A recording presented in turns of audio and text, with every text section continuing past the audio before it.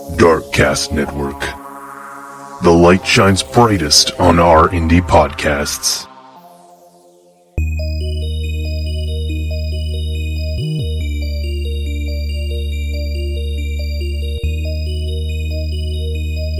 Hey, this is Kevin from the Jury Room Podcast. Are you intrigued by voodoo dolls? If you find yourself saying, hell yeah, you aren't going to want to miss out on Hell Yeah Voodoo Dolls. Yes, the incredible online shop has one-of-a-kind handcrafted voodoo dolls, and that's not all. They have kick-ass handmade jewelry. Hell Yeah hoodies, t-shirts, beanies, and travel mugs. If you are looking for a unique gift for your favorite person, or if you are your favorite person, you will find something you will absolutely love on this website. Fun fact, the couple who own Hell Yeah Voodoo Dolls are renovating a huge, almost 4,000 square foot Victorian manor that's haunted. Hell yeah! While working on the house, they have been touched by entities living there. They have had their hair pulled and things thrown at them. It's almost like they were meant to partner with the Darkcast Network. You can find Hell Yeah Voodoo Dolls at hellyeahvoodoodolls.com, as well as a link to their shop on the Darkcast Network website. Hell yeah!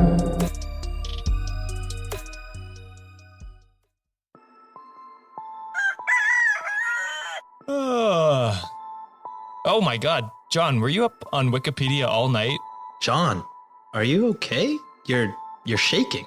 You guys, you will not believe what I just read on Wiki. Welcome to Reddit on Wiki, the poorly researched, semi-funny podcast on random stuff we find on the internet. Who are you talking to? And why are you shaking so much? Subscribe to Reddit on Wiki on Apple Podcasts, Spotify, or wherever you listen to podcasts. Sean, I'm scared. Me too, buddy. Me too.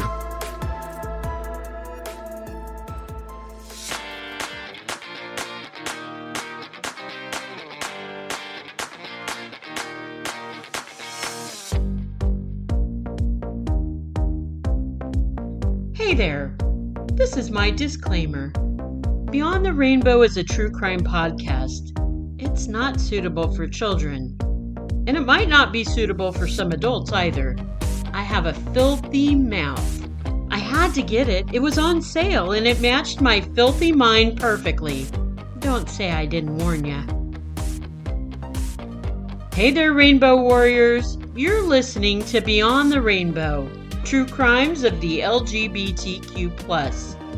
I'm your host, CJ, and co-founder of Darkcast Network, where you can find 20 of the most awesome shows ever.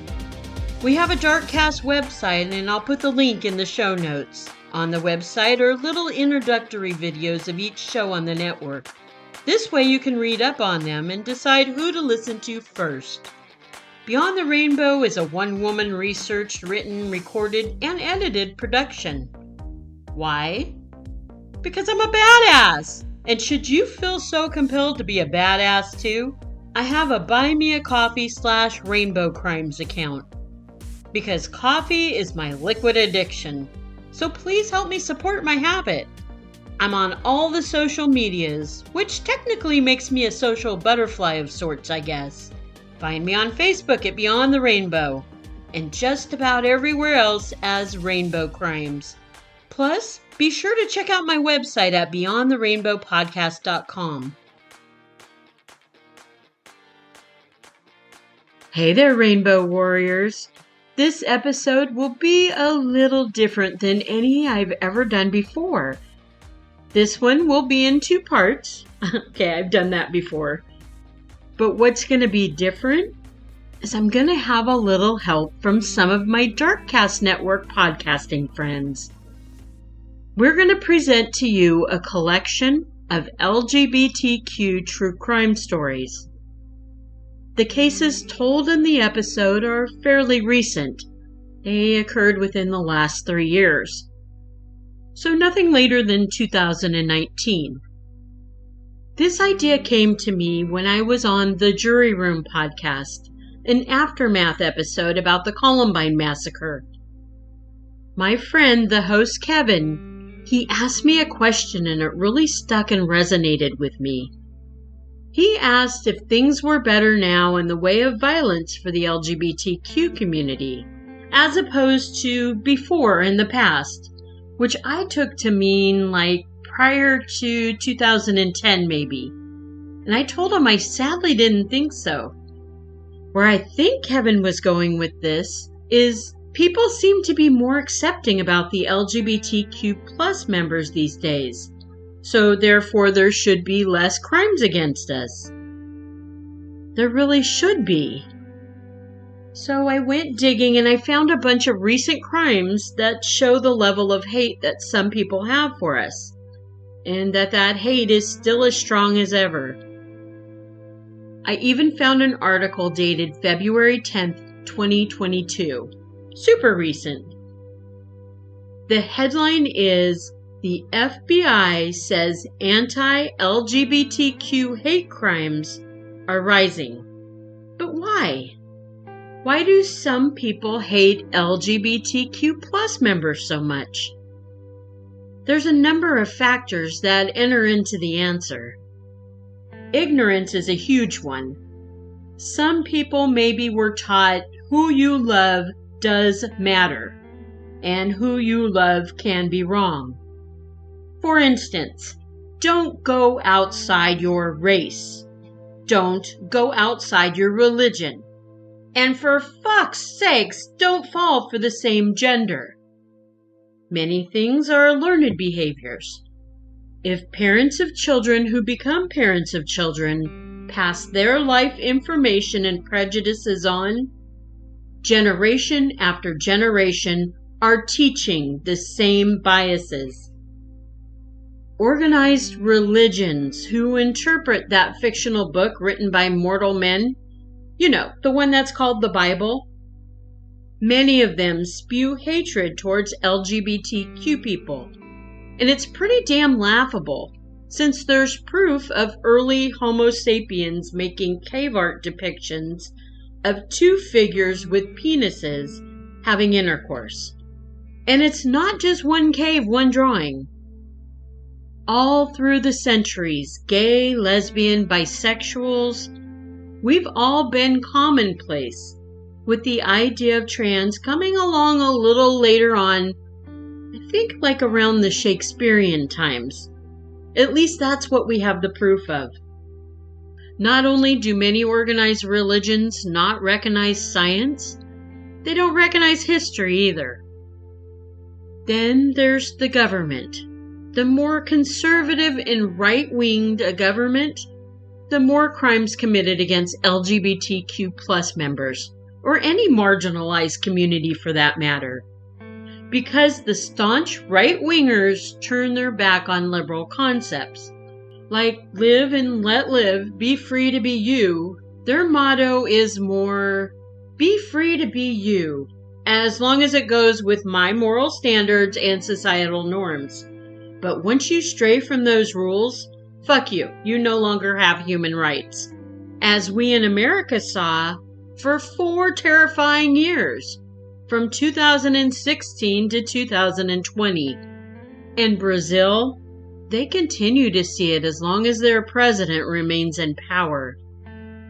There are many other countries where LGBTQ people suffer immensely because of governmental biases against them, such as the 71 countries in the world that it's still illegal to be gay.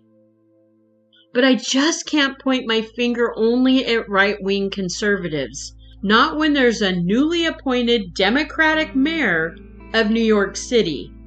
And this mayor is trying to appoint a Democrat Christian pastor to his staff. The man is Fernando Cabrera, and he's made it quite clear he fully supports harsh criminal penalties for gays. He is dangerously ignorant of HIV and how it spreads. He doesn't believe that church and state should ever be separated. And he said God doesn't want religious diversity. Now, how the fuck does he know that? How does he know what God wants? Is he another one of those mental cases that thinks he's conversed with God? What I want to know is, when did Democrats start behaving like Republicans? This is very confusing to me, and I don't like it one bit. If someone's beliefs are that conservative, it's not fair to call themselves a Democrat. And my friends in New York, it's definitely in your best interest to do what you can to get rid of this mentality of thinking. You got rid of one mayor. Just saying. In this episode, our cases of hate crimes will span across the globe. I hope that you will find this episode of Beyond the Rainbow's Voice of Darkcast, Victims of Hate, eye-opening, intriguing, and insightful. Since Kevin of the Jury Room was the one who posed the question, but isn't it better now for the LGBTQ plus community in terms of hate crimes? He will tell the first story. The story he will be telling is one I will cover in a deeper dive on March 5th for the podcast Beyond Bizarre. Without further ado, we bring to you Voices of Darkcast, Victims of Hate, Part 1. Hello, my name is Kevin, and I'm the host of the Jury Room Podcast. The Jury Room Podcast is a true crime podcast that I cover serial killers, unsolved mysteries, missing person cases, and pretty much everything in between. I do have a series coming up soon. It's going to be called Addicted, where I'm going to go through the history of drugs, the war on drugs, and how addiction affects millions of people. We're going to be covering everything from opium to you name it, and everything in between. So if that's something you're interested in, definitely go check me out. You can find me on most major podcasting platforms. You can email me at juryroompodcast@gmail.com. But now, on to the Beyond the Rainbow podcast. It was a warm 73 degrees the early morning hours of July 28th, 2021 in Atlanta, Georgia. Some might think 73 isn't all that warm.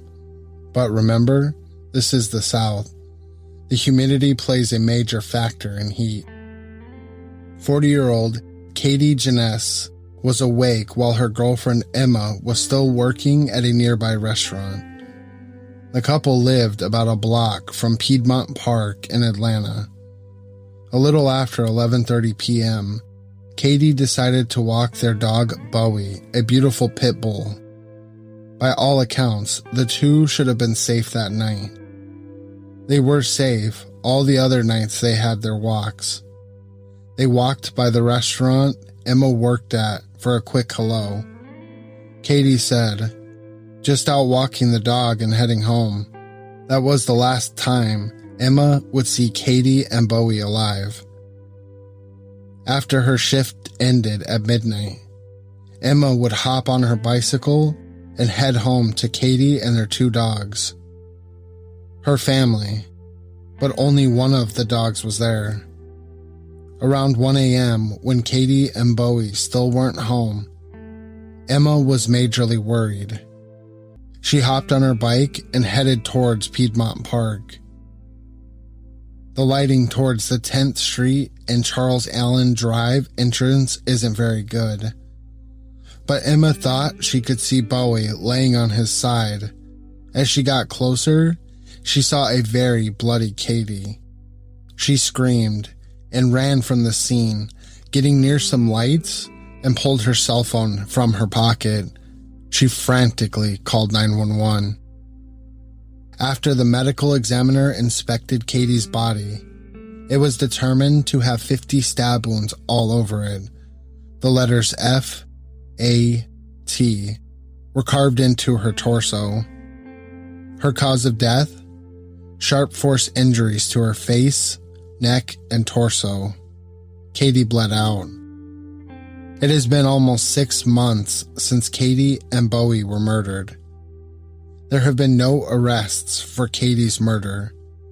The Atlanta police insist the case is very active still. Rest in power, Katie. Hi, this is Cody, half of the Over the Fence True Crime podcast. My co-host Molly and myself started as next-door neighbors, talking true crime over the fence, and now we've made a podcast about it.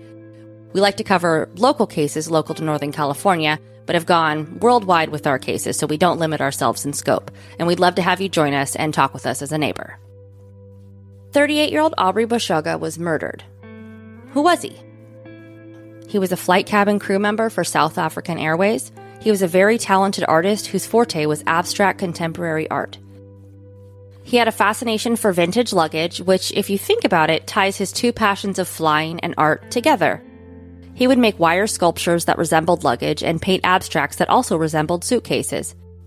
He was a son, a brother, an uncle, and he lived unapologetically as a proud gay man in South Africa. As daylight peaked on Saturday, May 29th, Aubrey's body is seen laying outside in front of the gates to his home in Observatory, Johannesburg, South Africa. He had been stabbed 9 times and dumped here by someone or someone's in a white car. There have been no suspects arrested in this case, but homophobia is thought to be the motive. Also in South Africa, just a few weeks after Aubrey's murder, a 24-year-old man named Sam Mbatha was found burnt in the trunk of his car on a soccer field in Klipkot. Sam's identity was only discovered through DNA testing because his body had been burnt beyond recognition. Thankfully, police investigations were able to discover some leads that took them to a home they believed belonged to one of Sam's murderers. In the home, they discovered bloodstains in a bedroom on the carpet, both under the bed and on top of the bed. The blood matched Sam's blood. An axe was also found on the roof of the home, which is thought to be the murder weapon. 4 suspects between the ages of 19 and 22 have been arrested on suspicion of Sam's murder. 3 of the suspects made bail and await their trials, and the 4th, who is believed to be the actual killer of Sam, is still behind bars waiting for his trial date. Sam was well educated and held a Bachelor of Arts degree in communication. He was working towards a career in that field. Rest in power, Aubrey and Sam. Hey, I'm Autumn, the host of Autumn's Oddities podcast on Darkcast Network. If you're looking for a podcast that runs the gamut from true crime to cryptids, look no further. If it's creepy and weird, you'll find it here. Here being Autumn's Oddities. Let's get into this case. The Redfern boarding house at 461 Cleveland Street in Sydney, Australia brings in about $190,000 a year in revenue, although the owners pride themselves on keeping the rent reasonably low. The boarding house itself has a very interesting history. It once was an S&M brothel that was set on fire by a motorcycle gang when the owner could no longer pay for the gang's protection services. After that, a woman doctor purchased the property for $750,000. She fell in love with the facade of the home and bought it without ever having seen the inside. When she finally did go inside, the fire had burnt the staircase and she had to use a ladder to get up to the 2nd floor. Once on the 2nd floor, she thought it was a spectacular sight with manacles, chains, and other sex paraphernalia. After paying as much as she did for the house, she knew she wouldn't be able to afford renovations. She held on to the property and finally sold it years later to someone who was able to update it. 52-year-old Stephen Finley and 32-year-old Mitch Watson had lived at the Redfern for a while as a couple. While Stephen was considered outgoing and friendly, his counterpart Mitch was quiet and reserved. Other residents seemed to know more about Stephen than they did Mitch. A call from Stephen and Mitch's home to emergency services took the police there around 11:50 p.m. on the night of January 29, 2022.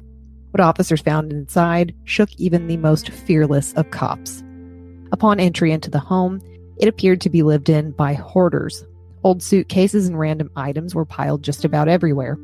Police maneuvered their way into the bedroom and found the bodies of both Stephen and Mitch. Stephen had his cell phone in his hand. He was actually the one who called emergency services. And while the police are not giving any details of what state the bodies were in, they did say that they didn't believe the men were shot. Both bodies had sustained an incredible amount of injuries, though. When interviewed, neighbors said that they heard yelling coming from the couple's home around 11:20 p.m. 2 days later, another neighbor, 41-year-old Christopher Bugas, was arrested and charged with murdering Stephen and Mitch. The 3 men had known each other, but to what extent, no one is sure. The motive is being looked into as a possible hate crime.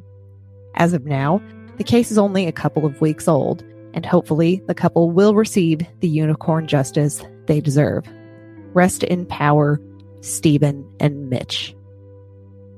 I'm Edward October, creator-host of Octoberpod on YouTube. Twice each month we tell true, true-ish, and classic tales of horror and the paranormal, all with a retro vintage aesthetic. Find us on the World Wide Web at Octoberpod VHS.com or on Twitter and Instagram at Octoberpod VHS. Octoberpod, retro horror for bold individualists. How many of you have an adult child who has moved back in with you because they can't seem to make ends meet? How many of you were that adult child? Maybe you still are. If this is you, hopefully you have better manners than the young man I'm going to tell you about. 23-year-old Christian Smith decided it was hard to be an adult, so he left Philadelphia, which had been his home, and moved back in with his mom, his teenage sibling, and their stepdad, Dennis McKenzie. The family home is located in Woolwich Township, New Jersey. On October 6, 2021, the family was having a celebration in their home.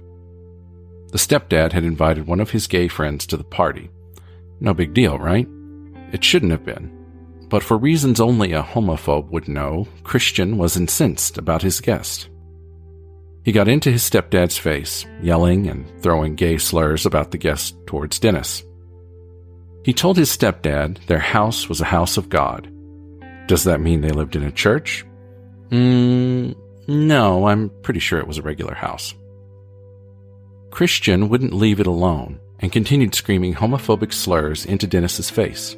Dennis was embarrassed and angry. He swung at Christian's face with his hand barely grazing Christian's cheek. At this point, Christian reached into the waistband of his pants and pulled out a Glock 19. Christian's mother jumped between the two men, trying to defuse the altercation. Christian reached around his mom and shot his stepdad 3 times in the head and body. Dennis died at the scene. Christian then unloaded his gun and laid the empty gun on the table while he sat down and waited for police. Christian's defense claims it was an accidental shooting. Prosecution states, an accidental shooting? 3 times? What do you think, Rainbow Warriors? Hi, my name is Kayla, and my co-host Lexi and I are hosts of a show called A Little Wicked. On our podcast, we discuss true crime, paranormal beings, and conspiracy theories. You can find us on Apple, Spotify, and really anywhere you get your podcasts. And today we'll be telling you the story of Lindolfo Kosmansky. April 30th of 2021 would have been just like any night at a bar in Brazil. But for 25-year-old Professor Lindolfo Kosmansky, it wasn't just like any other night. It would turn out to be his last night on Earth. The gay professor left the bar, but not before paying for a round of beer. Lindolfo was well known in his community and a local teacher. He's been described as having an open mind, a welcoming heart, and a warm soul. If someone he knew was having troubles, he'd be there with a smile and a comforting hug, letting them know it was going to be okay. His body was found the next day along the side of the road in the town of Parana. Lindolfo was shot and his car set ablaze. He was found burnt inside of his car and has not been determined if he was still alive when his car was set on fire.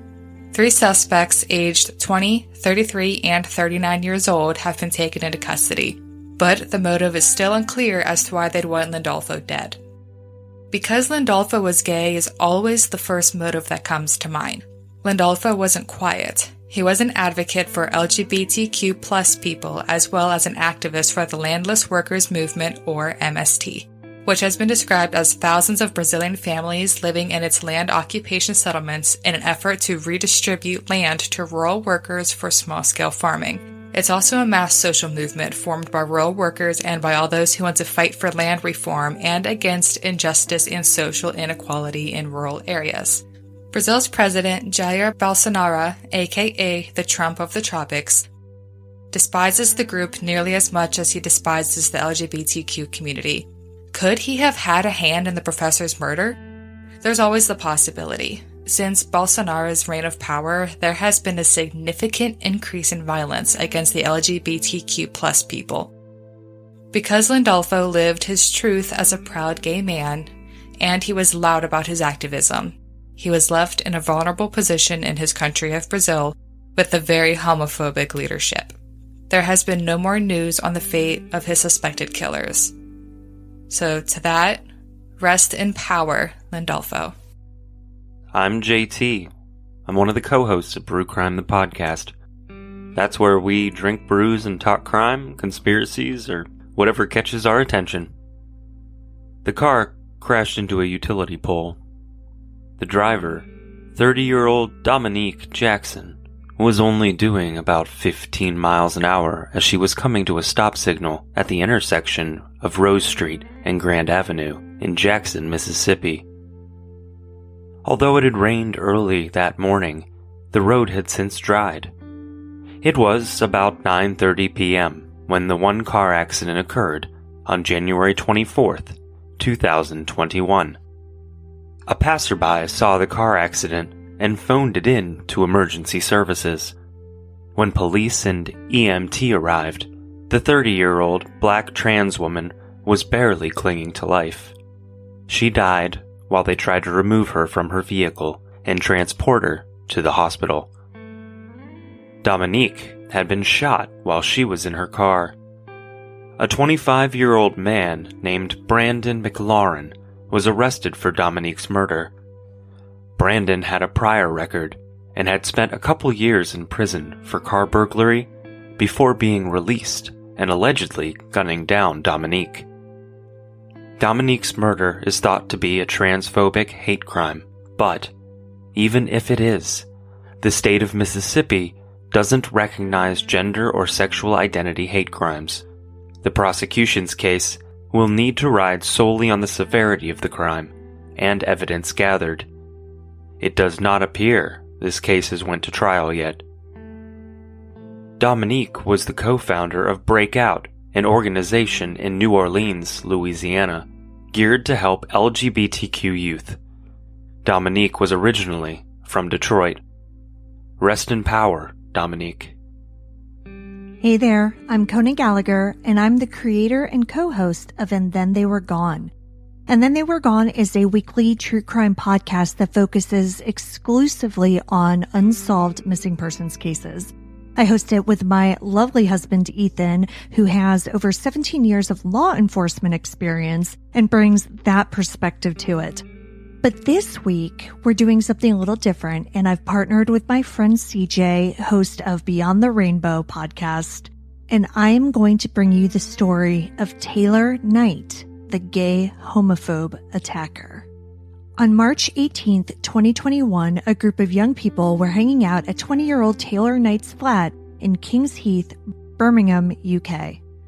Among the young people was a gay 17-year-old boy Taylor was in a relationship with. At least the 17-year-old thought he and Taylor were in a relationship. They had been intimate together after all. The other guests that night were two teenage girls and another young man called Ace, who is Taylor's age. Now, at some point during the evening, Ace started to hurl gay slurs at the 17-year-old.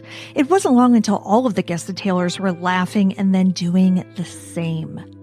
The 17-year-old tried to explain that he and Taylor were in a relationship together, and that was not the right move. At that moment, Taylor was embarrassed and enraged. He threw a sandwich and a water bottle at the boy. Taylor's act prompted the other guests to join in the abuse as the boy tried to text his brother for help and send him the location of where he was.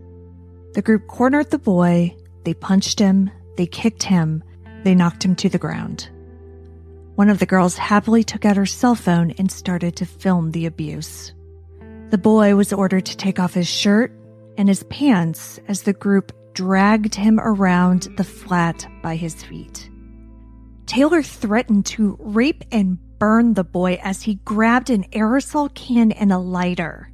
He lit the lighter and sprayed the aerosol down the boy's head, catching his hair on fire. The 17-year-old boy was then dragged to the bathtub in the apartment and the cold water was turned on.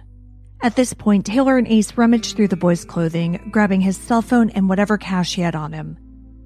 They then left the flat for a bit to score some drugs. Just when you thought that this couldn't get any worse for this poor boy, one of the teenage girls came into the bathroom from the kitchen holding a pot. She then threw the contents of the pot, which happened to be boiling water, onto the boy. He thankfully was eventually rescued, presumably by his brother, and taken to the hospital to have his injuries treated and to be examined both physically and mentally. He did require therapy after the attack.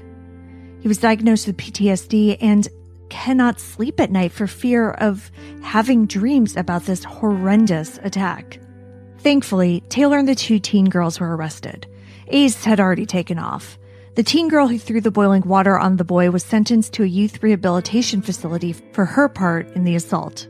The other girl, though, was released without any charges, and Ace could never be identified and arrested. Taylor pleaded guilty to assault, robbery, and kidnapping.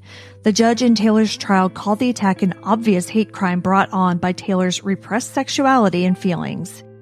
He then gave Taylor a 3-year prison sentence.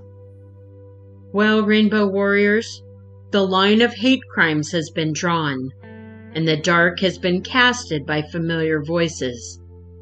Thank you so much to Kevin from the jury room, Cody from Over the Fence, Autumn from Autumn's Oddities, Edward from Octoberpod VHS on YouTube, Kayla at A Little Wicked, JT at Brew Crime, and Kona at And Then They Were Gone podcast.